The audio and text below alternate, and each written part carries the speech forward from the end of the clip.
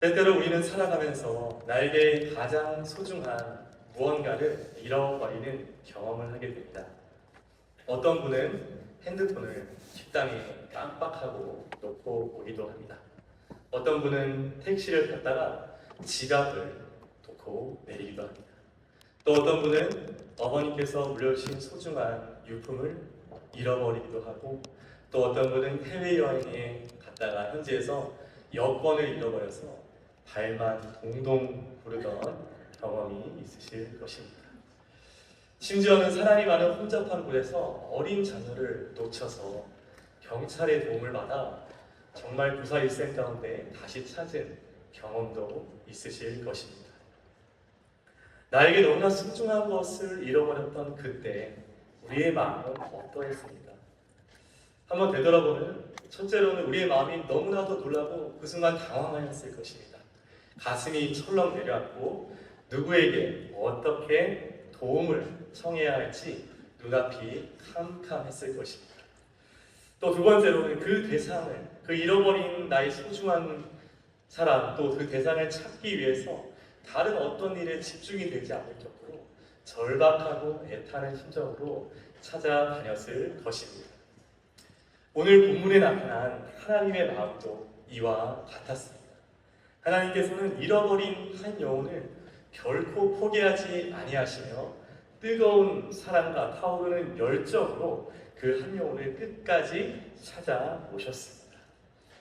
오늘 설교를 본격적으로 들어가기 전에 먼저 본문 앞에 사건의 배경에 대해서 우리가 주목할 필요가 있는데요.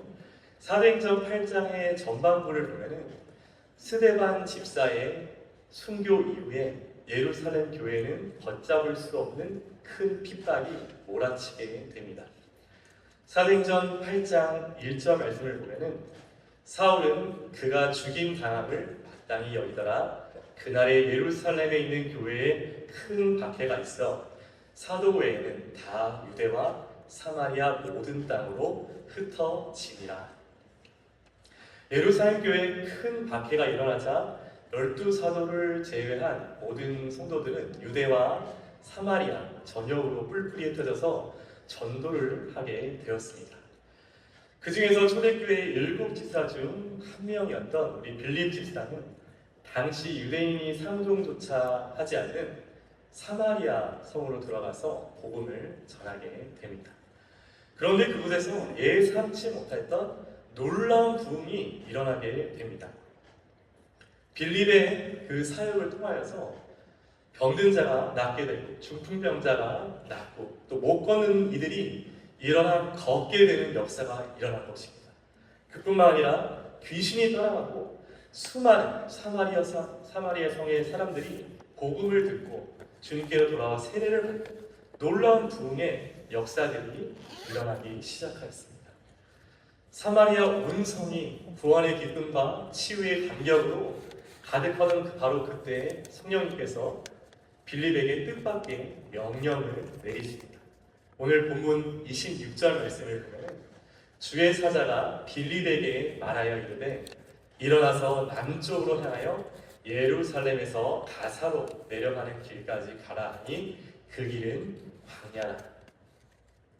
지금 사마리아에서는 영적 대부흥의 불길이 활활 타오르고 있었는데 바로 그때 인적이 드물고 사람이 다니지 않는 거친 광야길로 가라고 성령님께서 명령하신 것입니다. 인간의 상식으로는 도무지 이해할 수도 없는 부르심이었지만 빌립은 주저하지 않고 발걸음을 옮깁니다. 그리고 그 광야길 한복판에서 하나님이 찾으시던 단 한 사람 에디오피아 내시를 만나게 됩니다. 그는 마침 성경을 열심히 탐구하며 읽고 있었고 빌립은 그에게 예수 그리스도를 전하여서 마침내 그에게 세례를 베풀게 됩니다. 사랑하는 성도 여러분, 하나님의 시선은 부흥의 현장에만 머무르지 않습니다. 하나님께서는 길을 잃고 방황하는 한 마리 어린 양에게도 깊은 관심을 가지고 계십니다.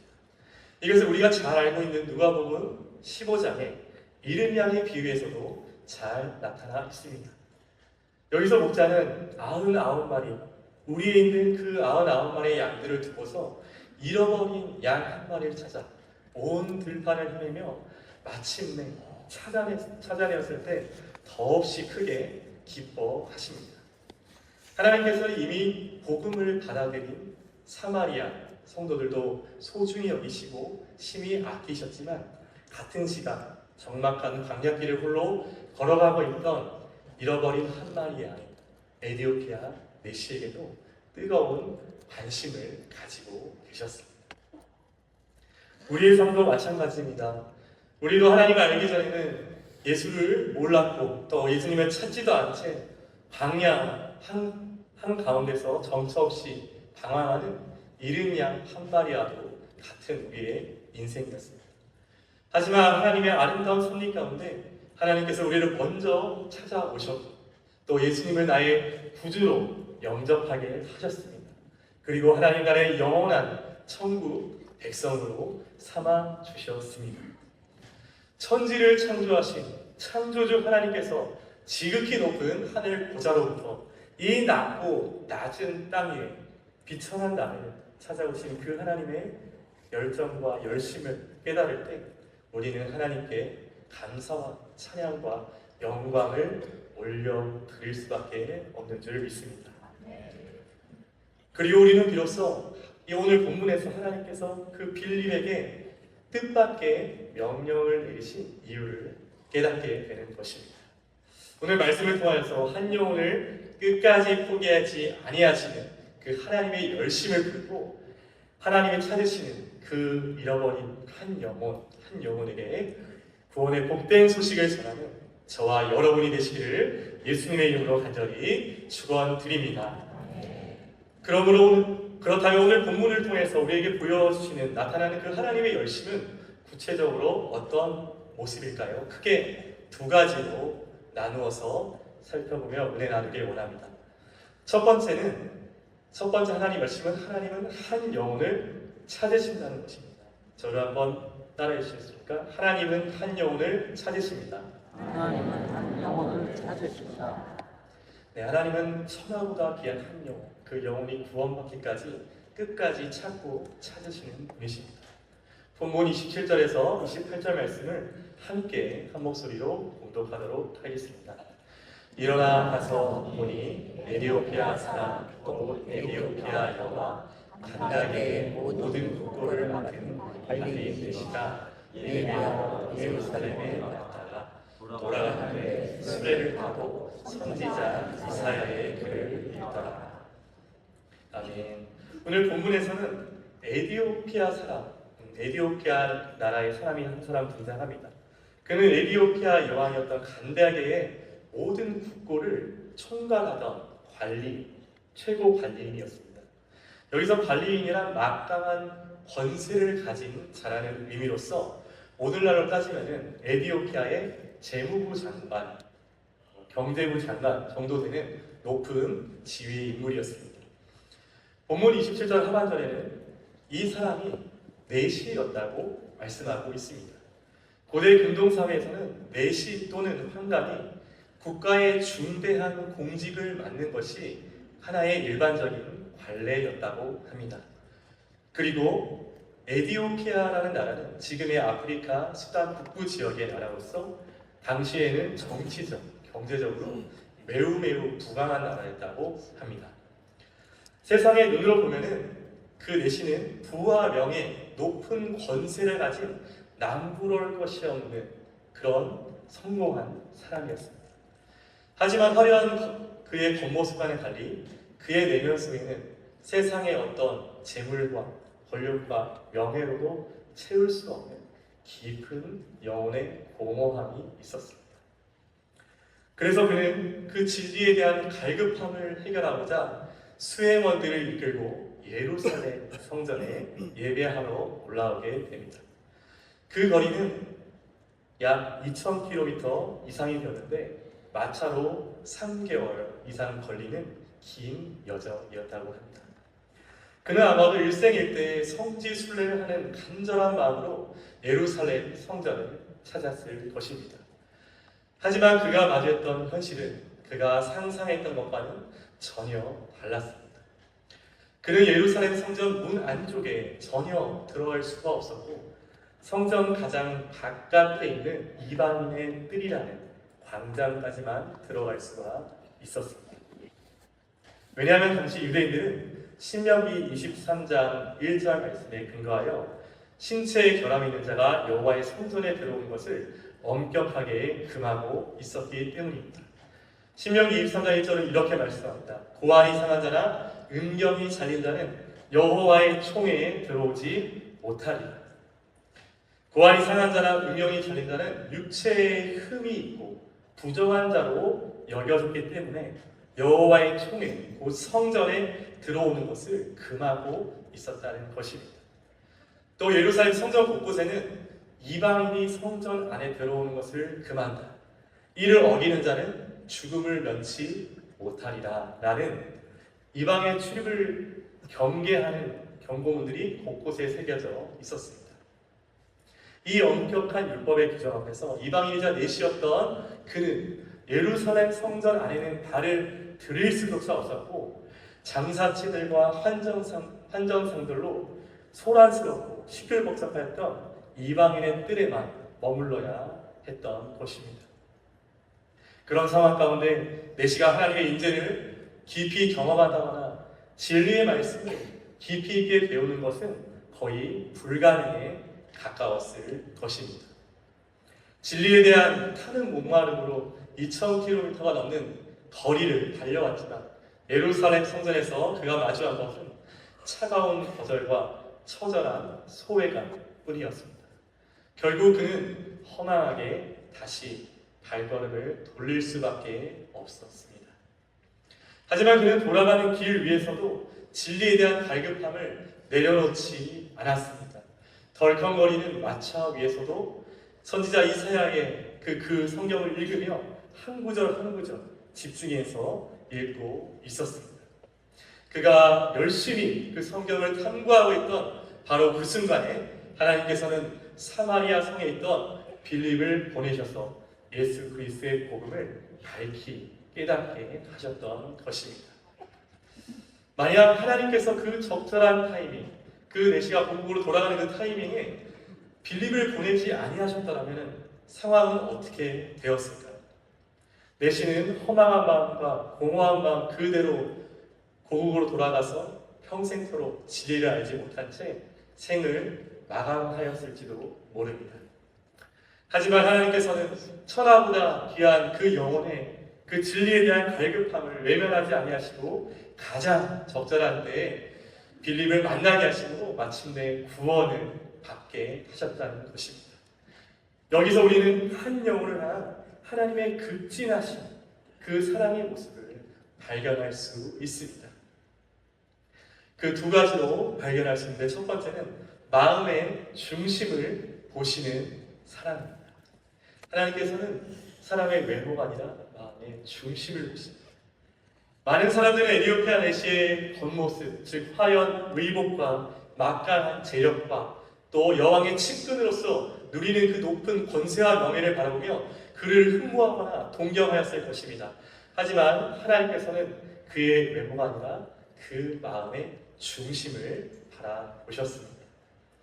아마도 에티오피아 내시는 그 재무부 장관이라는 그 자리에 오르기까지 왕실 내부에 보이지 않는 암투와 권력의 싸움으로 생사의 고비를 수십 번 넘겼을 것입니다. 그리고 내면에 새겨진 수치심과 상처로 인해서 아무에게도 말 못하는 그 내면의 고통과 깊은 고독과 그리고 우울감이 그의 삶을 평생토록 불행하게 하였을 것입니다. 그는 세상의 모든 부귀영화를 얻었지만 그것이 마음 한구석 그 깊은 곳에 있는 영혼의 허무함을 채워주지는 못하였다는 것입니다. 그래서 그는 참된 진리는 과연 어디에 있는 것일까? 누가 내 영혼을 이 어둠과 절망에서 건져낼 수 있을까라며 날마다 탄식하는 나날들을 보내고 있었을 것입니다. 하나님께서는 메시의 화려한 외모가 아니라 그의 영혼 깊은 곳에 있는 그 허무함과 공허함을 바라보고 계셨습니다. 그리고 하나님께서 빌립을 보내어 복음을 깨닫게 하시고 마침내 그의 영혼의 모든 갈급함을 채워 주셨습니다. 우리의 삶도 마찬가지입니다. 세상에서는 인정받고 겉으로는 번드르한 삶을 사는 것 같이 보이지만 내 마음 깊은 곳에는 누구에게도 털어놓지 못할 상처와 아픔이 있지는 않으십니까? 겉으로는 행복해 보이고 다복해 보이지만 영혼 한구석에는 채워지지 않는 우울감과 공허함 그리고 깊은 절망감이 나의 영혼을 사로잡고 있지는 않으십니까? 사랑하는 성도 여러분, 하나님께서는 우리의 마음의 중심을 보시는 분이십니다. 우리가 홀로 짊어진 그 아픔과 상처, 고통과 슬픔을 모두 알고 계시며 우리를 위로하길 원하시는 분이십니다. 히브리서 4장 15절에는 이렇게 말씀합니다. 우리에게 있는 대제사장은 우리의 연약함을 동정하지 못하실 이가 아니요 모든 일에 우리와 똑같이 시험을 받으시니로되 죄는 없으시니라.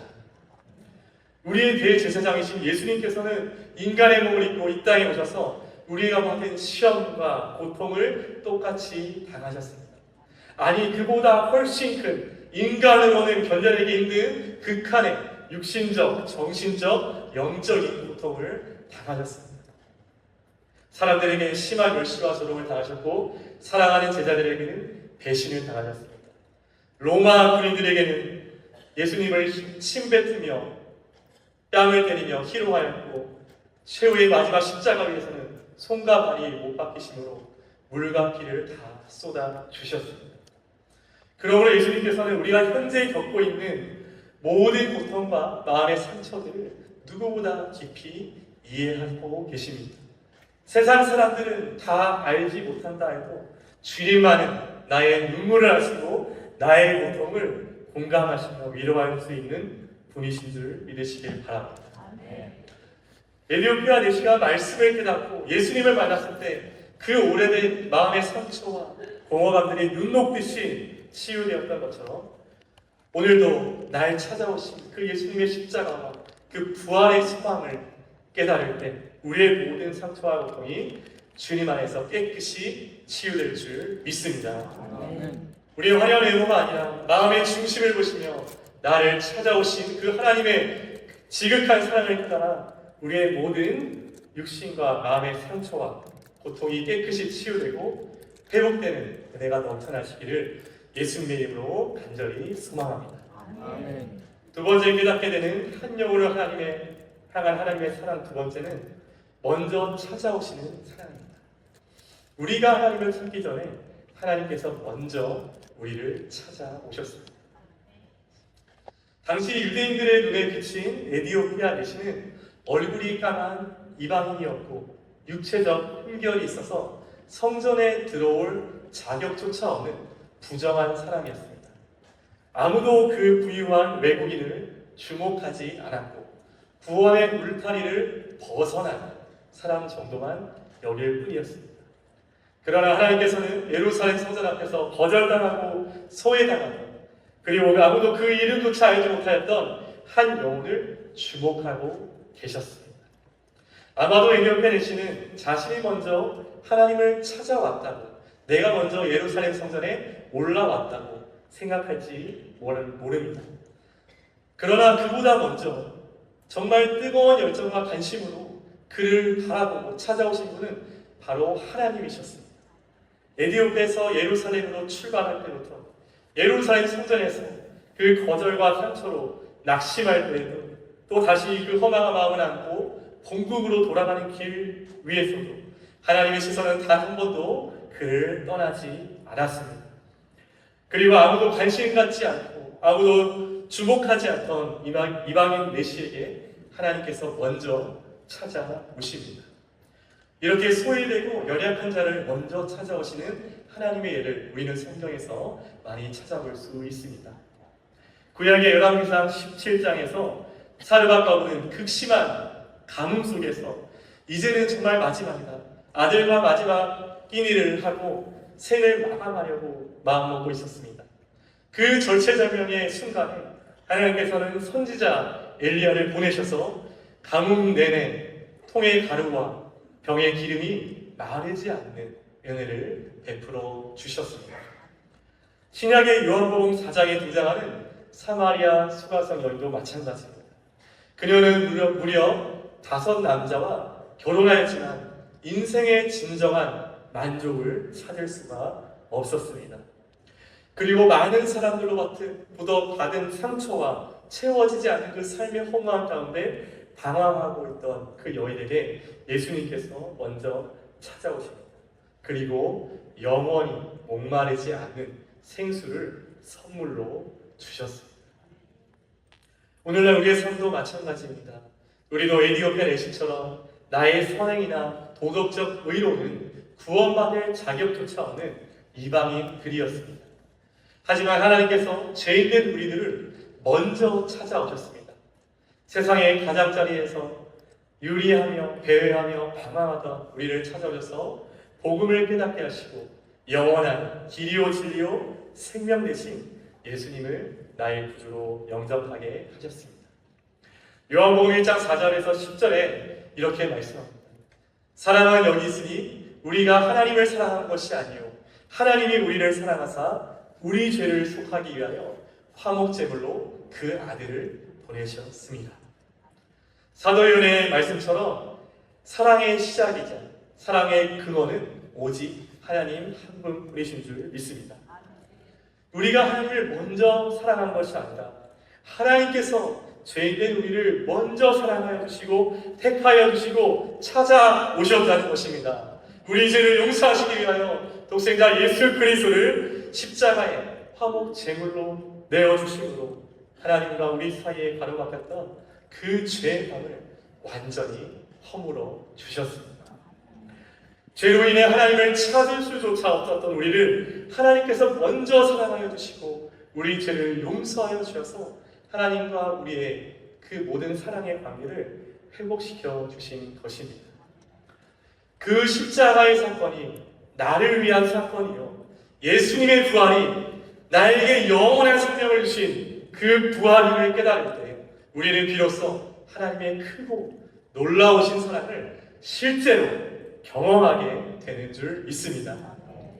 그 하나님의 사랑은 어떤 사랑인가요? 그 사랑은 측량할 수 없는 사랑입니다. 한계가 없는 사랑입니다. 인간의 이성으로는 도무지 이해할 수조차 없는 사랑입니다.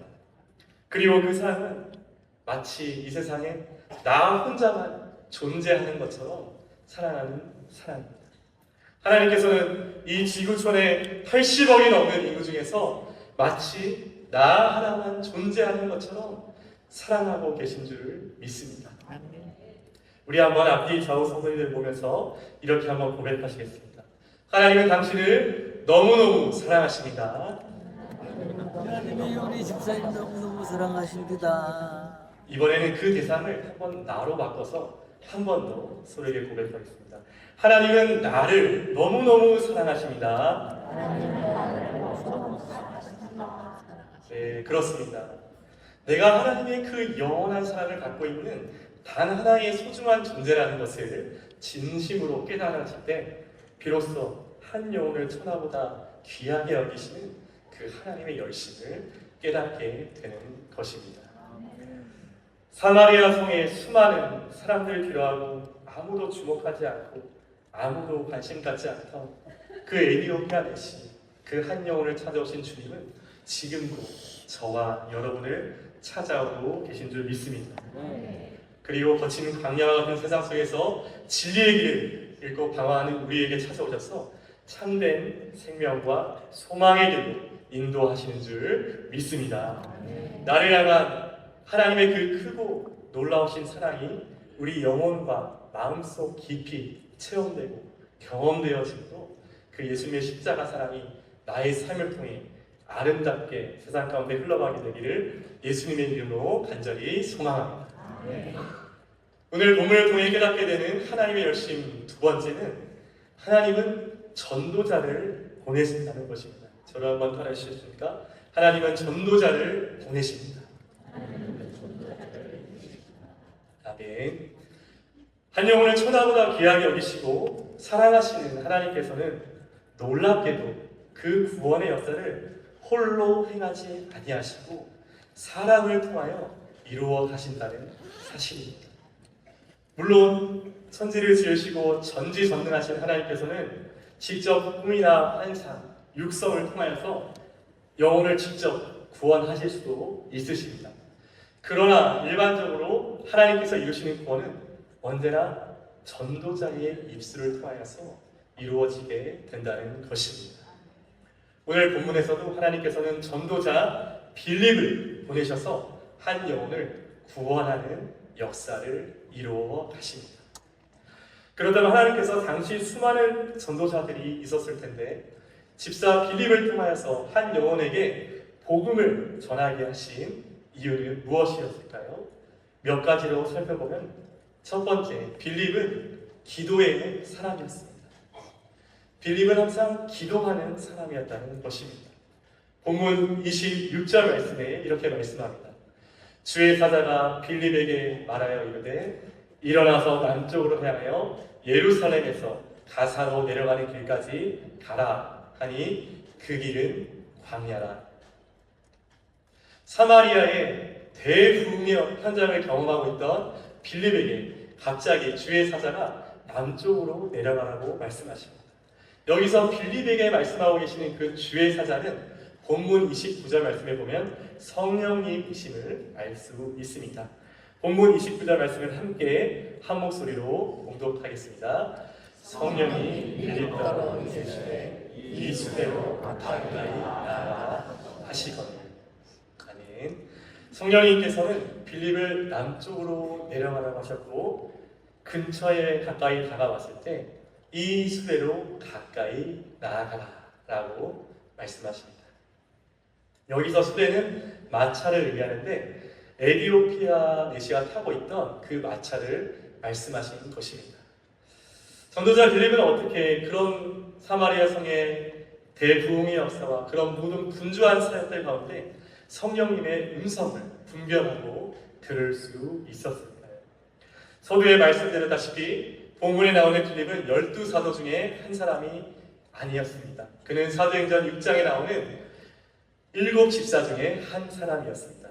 사도행전 6장 5절 6절 말씀을 함께 한 목소리로 읽겠습니다.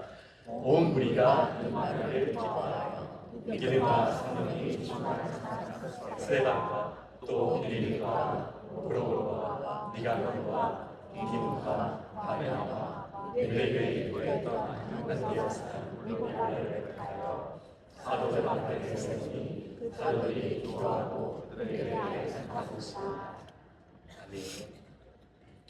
초대교회에 일어난 불같은 바람 같은 성령의 역사로 성도가 기하급수적으로 늘어나게 되자 12사도들이 성도들의 심령의 분배나 구제 등 모든 행정적인 일들을 일일이 관리하기가 어려워지게 되었습니다. 그래서 믿음과 성령이 충만한 7 집사를 세워서 그 사역들을 맡기게 되었는데 바로 오늘 본문의 빌립이 그들 중에 한 명이었다라는 것입니다. 그는 믿음과 성령이 충만한 사람이었습니다. 우리가 한번 추측해 볼 때 그는 베드로와 다른 사도들이 그러했던 것처럼 당시 유대인의 율법과 전통에 따라 날마다 성전에 나아가 하루에 3번씩 기도하였을 것입니다.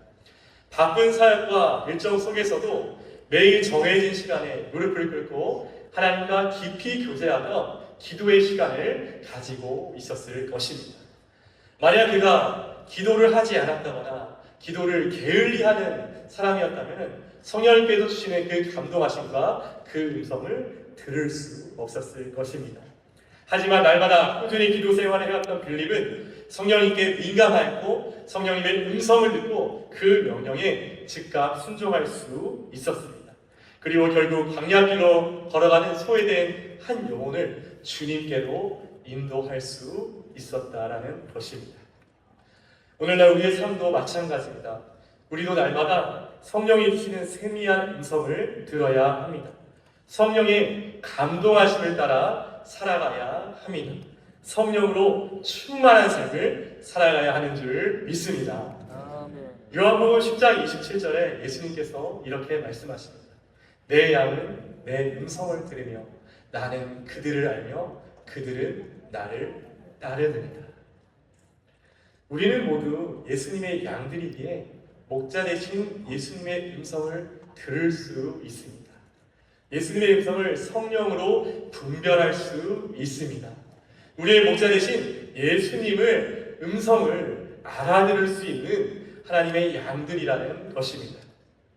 만약에 나에게 말씀하시는 그 예수님의 음성에 귀 기울이지 않고 세상의 분주한 소리에만 마음을 빼앗기게 된다면 결국은 하나님의 뜻에서 멀어진 인생이 되고 하나님의 뜻에서 벗어나는 인생이 되고 말 것입니다. 하지만 날마다 우리가 성령님의 음성을 듣고 성령의 인도하심을 따라 살아간다면 굳게 닫혔던 모든 우리의 인생의 문들이 활짝 열려지고 하나님의 뜻을 이루어드리는 영광스러운 삶이 될 줄 믿습니다. 아멘. 사랑하는 성도 여러분, 성령님은 기도를 통해 역사하십니다. 우리가 기도할 때 우리는 성령의 충만함을 받을 수 있습니다. 그리고 우리가 쉬지 않고 기도할 때 우리를 향하신 그 하나님의 뜻과 성령님의 음성을 들을 수 있는 줄 믿습니다. 아멘.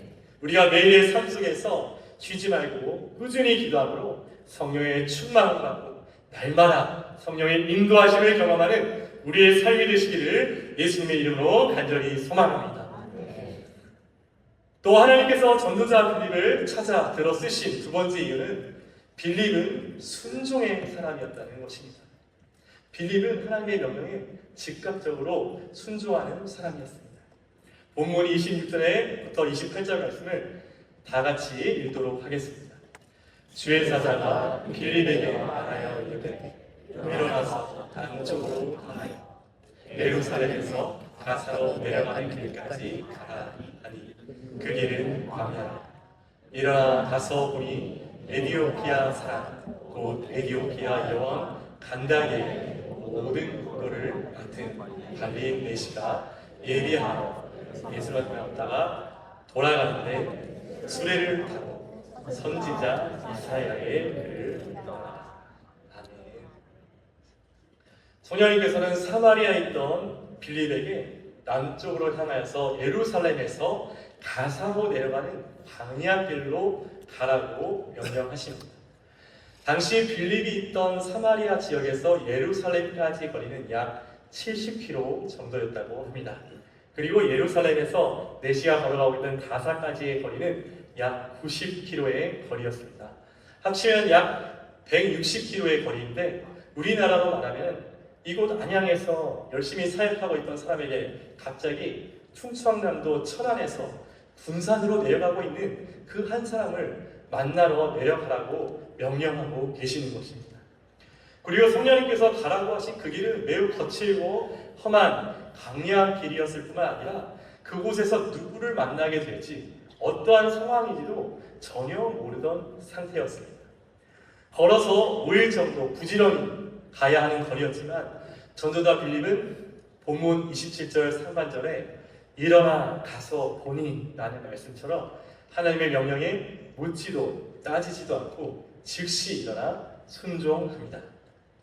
당시 사마리아 성에서는 빌립 지사를 통하여서 많은 표적과 기사가 나타나고 있었고 이것은 일생에 단 한 번 있을까 말까한 대부흥의 현장이었기 때문에 갑자기 그 사역지를 떠나는 것은 쉽지 않았을 것입니다. 예를 들면 빌립은 이렇게 말할 수도 있었을 것입니다. 성령님, 지금 사마리아 역사상 유례없는 놀라운 부흥의 역사들이 일어나고 있습니다. 지금이 최고의 골든타임인데 지금 이 시기를 놓치면 안 됩니다. 한 6개월 정도만 더 사역하다가 안정이 되면은 내려가겠습니다. 만약 그때 빌립이 이렇게 말을 하고 바로 내려가지 않았더라면, 몇 개월 지체하였더라면 에디오피아 내시는 본국으로 돌아가 버렸을 것입니다. 그리고 평범한 유대인이었던 빌립이 궁중의 최고 관리였던 그를 만날 수 있는 방법은 거의 불가능했을 것입니다. 하지만 전도자 빌립은 성령님의 말씀에 즉각적으로 순종하였고 마침내 하나님의 정확한 타이밍에 잃어버린 한 영혼을 만날 수 있었습니다. 사랑하는 성도 여러분, 순종은 뒤로 미루는 것이 아닙니다. 순종은 즉시 반응하는 것입니다. 구약의 아브라함은 독자 이삭을 번제물로 바치라는 그 하나님의 명령에 지체하지 않고 아침 일찍이 일어나 모리아 산으로 발걸음을 옮겼습니다. 거기서 하나님께서 예비하신 순양을 이삭 대신에 제물로 드리게 되었고 하나밖에 없는 아들 이삭의 목숨을 되찾는 은혜를 경험하였습니다. 예수님의 수석제자 베드로도 나를 따르라는 예수님의 부르심에 일말의 망설임조차 없이 배와 가족을 버려두고 순종하였고 마침내 많은 영혼을 낳는 법으로 귀하게 쓰임받게 됩니다. 사단은 우리를 대놓고 하나님의 뜻에 절대 순종하지 말아라고 말하지 않습니다. 다만 순종을 조금만 뒤로 미루어라고 속삭입니다. 지금 상황이 너무 안 좋잖아. 조금 나아지면 순종해도 돼. 지금은 너무 분주하고 바쁘니까 조금 안정되면 그때 가서 순종해도 돼. 하지만 이런저런 핑계로 우리가 순종을 미루는 동안 하나님과의 관계가 점점 더 멀어지게 되고 어느새 모르게 현실과 타협하게 되며 결국 영혼을 구원할 절호의 기회를 놓치게 된다는 것입니다. 사랑하는 성도 여러분, 우리는 하나님께서 주시는 감동에 즉시 순종해야 합니다. 만약 하나님께서 지금 이 시간 나의 마음속에 주시는 감동이 있다면 즉시 발걸음을 옮기기를 예수님의 이름으로 간절히 축복합니다. 때로는 그 과정이 척박한 광야길일 수 있습니다. 때로는 그 목적을 명확하게 알지 못할 수 있습니다. 때로는 내 상식과 내 상황과는 전혀 맞지 않을 수도 있습니다. 그러나 성령의 이끄심에 온전히 순종하며 나아갈 때 하나님의 그 적절한 타이밍을 놓치지 않고 예비하신 한 영혼들을 만나게 될 줄 믿습니다. 내 뜻이 아닌 하나님의 나라와 하나님의 뜻이 내 삶 가운데 이루어지게 될 줄 믿습니다. 성령님께서 주시는 감동에 즉각적으로 순종함으로 하나님의 마음을 시원케 해드리는 저와 여러분의 삶이 되시기를 예수님의 이름으로 간절히 소망합니다. 마지막으로 하나님께서 빌립을 복음의 도구로 들어 쓰신 이유는 빌립은 말씀의 사람이었습니다. 빌립은 말씀으로 충만한 사람이었습니다. 본문 29절 31절 말씀을 함께 읽겠습니다. 성령이 빌립더러 이르시되 이 수레로 가까이 나아가라 하시고 빌립이 달려가서 선지자 이사야의 글 읽는 것을 듣고 말하되 읽는 것을 깨닫느냐 대답하되 지도해 주는 사람이 없으니 어찌 깨달을 수 있느냐 하고 빌립을 청하여 수레에 올라 같이 앉아 가니라. 아멘.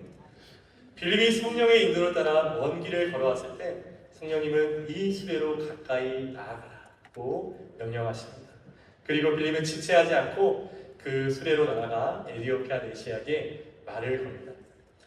평범한 한 사람이었던 빌립의 입장에서 화려한 마차를 타고 수많은 수혜원들을 거느리고 있는 그것을 뚫고 에디오피아 재무부 장관에게 선뜻 다가가는 일은 결코 쉬운 일은 아니었을 것입니다.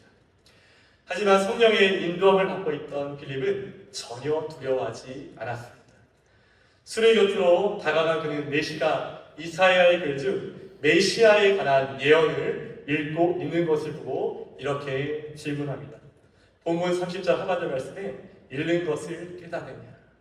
그러자 내시는 이렇게 대답합니다. 본문 31절 상반절에 대답하되 지도해주는 사람이 없는데 어떻게 내가 깨달을 수 있겠느냐 라고 말하며 빌립을 수레로 초청합니다. 그때 내시가 읽고 있던 말씀은 구약성경 이사야 53장 7절 8절에서 나오는 고난받는 종, 장차 예수 그리스도께서 오셔서 도살장에 끌려가는 양과 같이 고난을 받으실 것이라는 그 내용을 읽고 있었습니다. 하지만 내시는 그 말씀을 읽고 있으면서도 본문에 등장하는 도살장에 끌려가는 양처럼 그 고난받는 사람이 그 선지자 자신인지 아니면 다른 사람을 가리키는지 전혀 깨닫지 못하고 있었습니다. 그때 빌립은 그 성경에서 말하는 고난받는 사람이 바로 우리 죄를 위하여서 십자가의 고난을 받으시는 예수 그리스도를 가리키는 것임을 밝히 풀어주며 복음을 전하게 되었고 가까운 물가에서 세례를 베풀게 되었습니다. 빌립은 구약 성경 전체의 주제가 예수 그리스도이심을 깨닫고 있었고 오실 메시아에 대한 예언임을 밝히 알고 있었기 때문에 메시의 질문에 거침없이 복음을 전할 수 있었던 것입니다. 그리고 단 한 번의 짧은 만남을 통하여서 그 복음을 명쾌하게 풀어줌으로써 구원의 열매를 거둘 수가 있었던 것입니다. 사랑하는 성도 여러분, 우리의 삶도 마찬가지입니다. 우리도 살아가면서 언제, 어디서, 어떤 사람을 만날지 우리는 알 수 없습니다. 그렇기에 우리는 하나님께서 복음을 전할 기회를 주셨을 때 그 복음을 명확하고 알기 쉽게 전할 수 있도록 늘 준비되어야 하는 것입니다. 베드로전서 3장 15절 말씀에 이렇게 말씀합니다. 너희 마음에 그리스도를 주로 삼아 거룩하게 하고 너희 속에 있는 소망에 관한 이유를 묻는 자에게는 대답할 것을 항상 준비하되 온유와 두려움으로 하라. 누군가 우리에게 삶의 소망이 도대체 무엇이냐라고 물을 때 우리는 언제든지 예수 그리스도만이 소망이 되십니다. 예수 그리스도만이 희망이 되십니다. 라며 복음을 제시할 수 있도록 준비되어야 한다는 것입니다. 그렇지 않으면 하나님께서 예비하신 결정적인 순간에 머뭇머뭇하다가 복음을 전할 기회를 놓쳐버리게 되는 것입니다. 우리가 시간을 투자해서 제자반, 사역자반, 전도학교, SMTC, 이주민 성교학교 등의 훈련을 받고 영생 얻는 길을 배우는 이유도 바로 여기에 있습니다. 어떠한 상황에서도 누구를 만나든지 쉽고 명확하게 복음을 전하여 한 영혼을 구원으로 인도하기 위함인 것입니다. 아무쪼록 우리 10년, 10년마다 정말 풍성한 하나님의 복음과 그 하나님의 말씀으로 채워져서 하나님께서 예비하신 한 영혼을 만났을 때 그 영혼의 생명의 복음을 담대히 전하시는 저와 여러분의 삶이 되시기를 예수님의 이름으로 간절히 소망합니다. 네, 말씀을 마무리하면서 이제 2주 뒤면 9월 첫째 주 주일부터 가을 새생명 축제를 위한 태신자 작정이 시작됩니다. 해마다 때가 되면 돌아오는 연례 행사로 그저 흘러가는 것이 아니라 이번만큼은 정말 하나님의 열심을 가슴에 품고 달려나가시기를 간절히 축원합니다. 그가 부유하든지 가난하든지 사회적으로 소외되어 아무도 관심 갖지 않는 한 영혼일지라 할지라도 그 영혼이 하나님을 찾으시는 한 영혼이라면 그에게 가까이 다가가시길 바랍니다. 때로는 그 가정이 광야길 마치 막막하고 험한 길일지라도 성령의 인도하심에 따라 나아간다면 풍성한 구원의 열매를 맺게 될 줄 믿습니다. 이번 한 주도 한 영혼을 향한 하나님의 열심을 가슴에 품고 우리의 가정에서, 일터에서, 사업장과 모든 삶의 터전에서 찬란한 복음의 빛을 발하시는 저와 여러분의 복된 삶이 되시기를 예수님의 이름으로 간절히 축원드립니다. 아멘.